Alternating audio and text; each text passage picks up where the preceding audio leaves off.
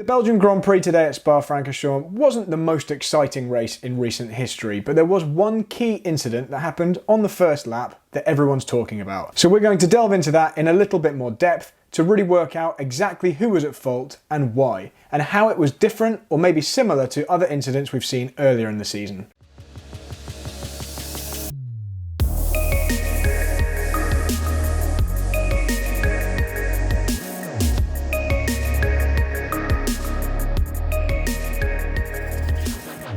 For those of you new to the channel, I've been a race driver for 20 years, winning the Red Bull kart fight and various national series, before becoming a high-performance driver coach at the world's leading race school for a decade. I was British F4 and F3 test driver, competed at the Race of Champions against current F1 drivers, and I'm a two-time champion of the Nürburgring Nordschleife. I now work as a test driver for a leading tyre manufacturer, driving on the limit every day at tracks all around the world. So this incident we're talking about was obviously the lap 1 clash between Alonso and Hamilton, which took place after Hamilton slipstreamed Alonso down the Kemmel Straight into Les Combes and attempted to move around the outside.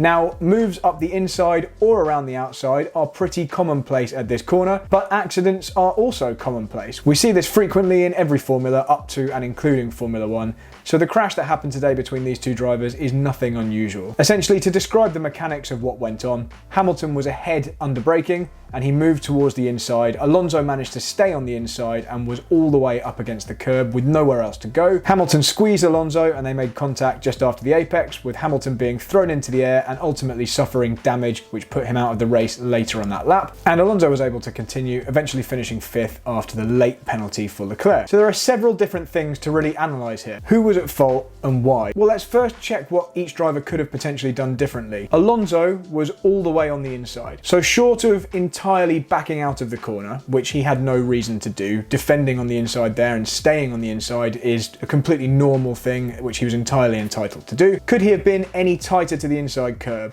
Well, no, he was all the way on the inside curb and he couldn't have been expected to be any tighter. Could Alonso have understeered less? Well, he didn't understeer at all, so no, we can't put that one down to Alonso. Was there any other way in which Alonso needed to be in more control of his car? And again, the answer is no. There's nothing he could have done differently, short of entirely backing out of the corner when he saw Hamilton was making an overtake. And no driver really would do that unless there was a very good reason to. For example, if they were on different tyre strategies later in the race and Hamilton had had a massive tyre advantage over Alonso, maybe in that situation he would have backed out, lived to fight another day. But in this exact circumstance, both cars are on the same kind of tyres on lap 1, both drivers have an equal opportunity to come out of that corner ahead, and Alonso essentially did nothing wrong. So next then, let's look at what Hamilton could have done differently. He did most of the hard work by getting alongside Alonso and then out-braking him in the early phase of the corner. He then turned towards the inside. He didn't take the apex, he didn't completely drive to the apex, but it's pretty clear from the images that he tried to get too close to the inside. There wasn't enough space for the car that was already there to exist without there being contact. Essentially, Hamilton closed the door. He created the wedge and then he suffered the incident and the damage afterwards as a consequence. And Hamilton admitted as much when he was interviewed during and after the race. And to be honest, once you've seen the onboard video, it's hard to argue anything different. But there is one angle we should explore just to check the stewards are being consistent in the way they've policed this.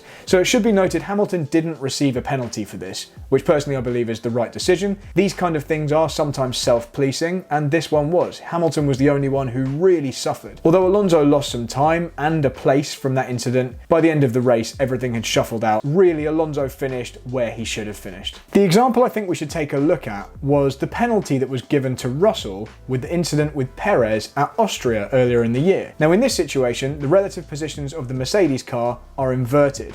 Russell was the car on the inside and it was Perez overtaking him around the outside. Now in both of these situations, we're talking about a 90-degree right-hander with a car on the left overtaking around the outside where contact ensues during the overtake. Now in the Austria example, it was Russell that was penalised. It was deemed that he had caused the contact and that he should have done more to avoid it. So how is this different to what happened to Alonso and Hamilton today? Why was it the outside car today that was penalised when on the face of it, these are similar incidents? Well, the answer lies in the position of the inside car when contact was made. Let's take a look at the two incidents side by side at the point of contact. You can see that in Austria, Russell was running wide of the inside of the corner. He was running wide of the apex when the contact happened. In Belgium, the car on the inside was fully on the inside curb when contact happened. Hamilton was closing in towards the apex when the two cars came together, whereas Perez was moving away from the apex. You could argue that Perez could have left more room, and if you check back in the Austria video, you can see everything I had to say about that. But in short, you can see quite clearly that these are two pretty different incidents when you look at the detail. Had Hamilton managed to carry on today, and especially if he'd managed to stay ahead of Alonso, I really do think a penalty would have been appropriate. Hamilton had done a large amount of the work by being ahead of Alonso midway into the corner, but all that really does is afford him room on the exit. All it means is Alonso cannot then run him off the track as the two arrive at the next phase of the corner.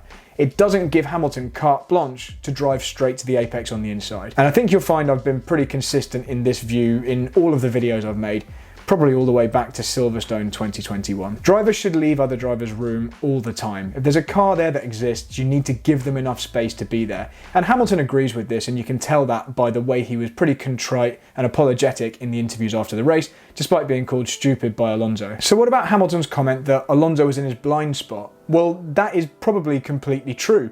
There's a lot of blind spots in all race cars, and especially in a modern Formula 1 car.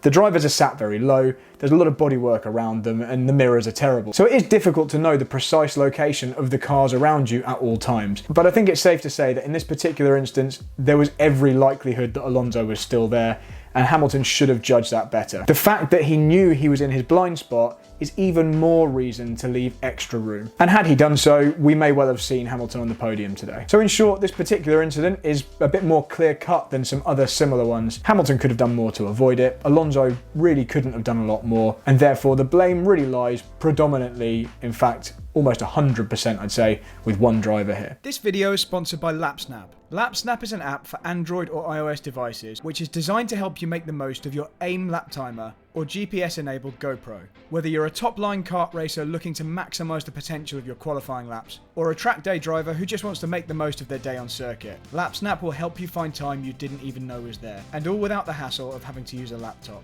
Efficiently identify areas to improve and compare your lap times with other users. Download the app for free today on your Android or iOS device, and if you decide you love the app as much as I do, use the link in the description for this video to get 20% off your first purchase. There was one other incident early in the race that we're going to touch upon as a bonus, and that was between Latifi and Bottas. Not a lot to dig into here. Latifi ran wide and touched the gravel with his right-hand tyres on the exit of Les Combes during a battle with one of the Alpines, and that led him to spin across the track and effectively force Bottas into his own spin and out of the race. The question isn't really whose fault was this, because it's pretty obvious this was Latifi's fault. Bottas was just someone arriving on the scene.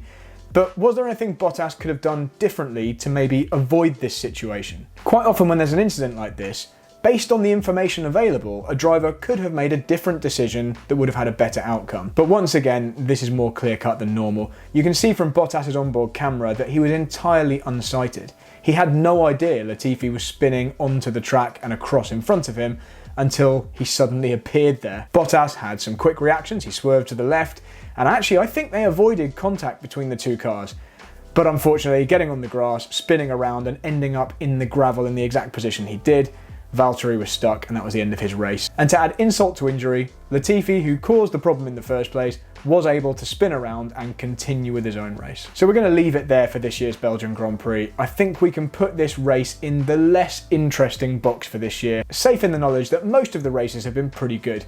We've got a lot more to look forward to. The tracks that are coming up are all quite different in their nature. Zandvoort, that's coming up next weekend, is narrow and twisty and very, very different to Spa in many different ways. Monza, that comes a week afterwards, again entirely different racing characteristics, different kinds of corners, and loads to sink our teeth into. Remember to send your questions in to me via Twitter, and hopefully we'll have a few more interesting things to talk about next time out. At the time of making this video, we've got just under 10,000 subscribers on this channel, so if you're not currently subscribed, help us get over that line and give the subscribe button down below a click. So until next time, thanks for watching, and I'll see you after the Dutch Grand Prix next weekend.